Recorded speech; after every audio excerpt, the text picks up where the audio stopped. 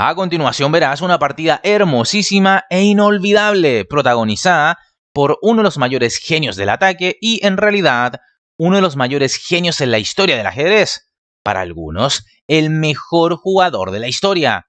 Me refiero al soviético Garry Kasparov, y digo soviético porque esto se jugó en el año 1981, época donde existía aún la Unión Soviética, y esto se jugó en un torneo inglés, Austria, entre piezas blancas, el maestro internacional brasilero Jaime Sunyer Neto, que pocos años después de esto se convertiría en gran maestro, y además llega a esta partida como el campeón reinante de Brasil, y de hecho lo fue en varias oportunidades, antes de esta fecha y después de esta.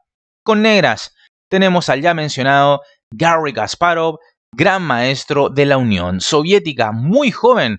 Y esto te lo digo porque 4 años después de esto, a los 22 años, él se convertiría en campeón del mundo.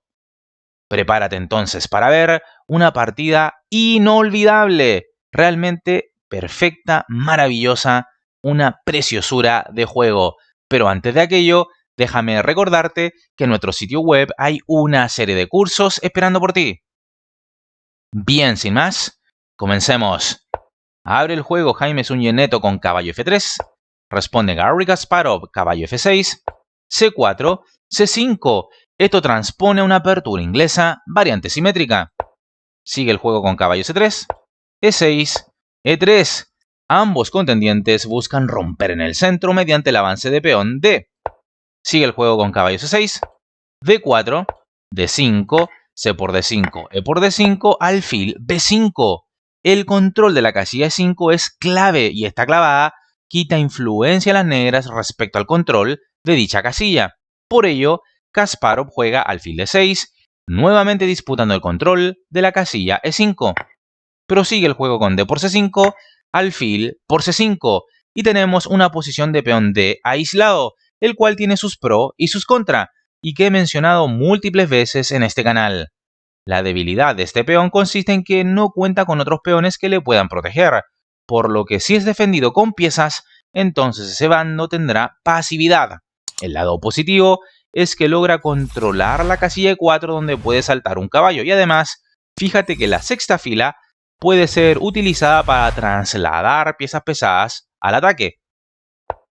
Sigue el juego con enroque, B3, alfil G4, alfil B2, torre C8, torre C1, alfil D6, alfil E2, alfil B8. Buena jugada. La idea de Kasparov es que a un caballo D4 de las blancas podría jugar un dama D6, montando así la potente batería dama más alfil, que además amenazaría a mate en H2. Sigue el juego con caballo B5, la idea es llevar al equino a D4, lo cual es una de las estrategias a aplicar contra un peón D aislado. Bloquear el avance de dicho peón con un caballo, y se bloquea ese peón para que no pueda avanzar en el futuro y así el bando rival deshacerse de este embarazoso peón aislado, ¿verdad? Pero bueno, vamos a ver qué tan débil es o no dicho peón.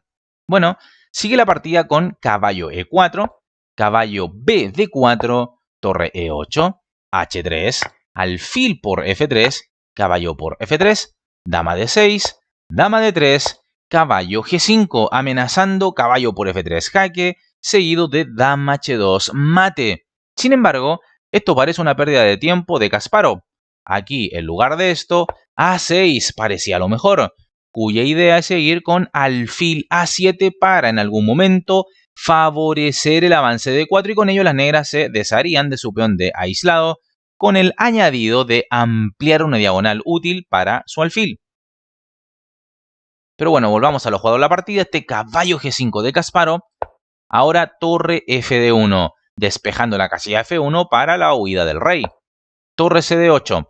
Como dije, si caballo por F3 jaque, entonces alfil por F3, dama H2 jaque, rey F1. Y el rey puede escapar vía E2 si la dama negra sigue incordiando con jaques. De hecho, esto dejaría bastante mal a las negras. Así es que Kasparov juega torre CD8. Sigue esto con rey F1, caballo E4, A3. Esto luce un poco pasivo. Una jugada activa hubiera sido dama B5 presionando los puntos de B7 y D5. Y siempre puede venir la idea de alfil C4 aprovechando la clavada sobre el peón de D5. Pero bueno, A3 lo jugado la partida, A6, dama C2, alfil A7, alfil D3, dama E7, torre E1, torre D6, B4, torre E6. Esta es una de las ventajas de tener un peón D aislado. Se pueden pasar piezas pesadas por la tercera fila, o, en este caso, por la sexta, ya que hablamos de la posición negra. Sigue el juego con B5, A por B5, alfil por B5, H6, torre CD1, torre D8, dama B3, presionando sobre D5, dama D6, A4, alfil C5, torre 2, B6, rey G1, caballo E7. Los planes de las negras incluyen el traslado de este caballo a F5 y en algún momento también un torre G6. Ahora, si caballo F5 y torre G6 no se llegan a dar por algún motivo, el caballo que se acaba de movilizar también podría ir a la casilla de G6. Sigue la partida con caballo D4, una jugada algo floja que ayuda a las negras a mover su torre con ganancia de tiempo. Parecía mejor alfil C4 presionando al peón aislado del rival.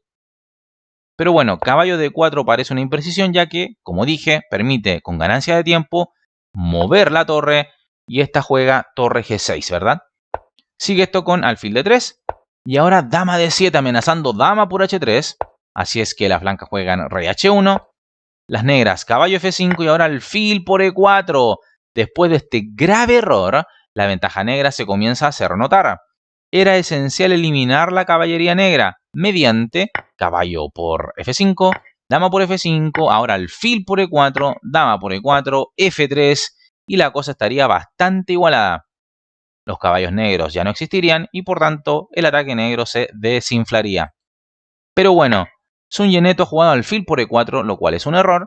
Kasparov entonces comienza con las ideas de ataque. Primero, por supuesto, recaptura, D por E4, torre ED2, caballo H4. Lejos de retirarse, el caballo continúa desafiando a las blancas y se ubica en clara posición de agresión. Caballo E6, una jugada tremendamente equivocada. Esto omite por completo que las negras pueden entregar su dama a cambio de 2 torres y quedar con una posición fabulosa. Por tanto, acá un F4 o incluso un G4 hubieran aportado una mejor defensa al bando de las blancas. Pero caballo E6, tremendo error. Entonces viene este dama por D2, torre por D2 y torre por D2. La amenaza sobre G2 se mantiene. Así es que caballo F4 juega el brasilero. El soviético, torre G5, rey G1 y ahora una jugada tremenda.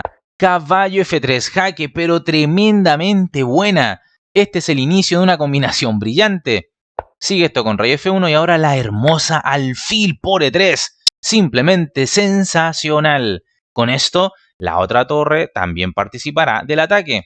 Acá no hay de otra que capturar al alfil, ya que hay amenaza de mate con torre por F2.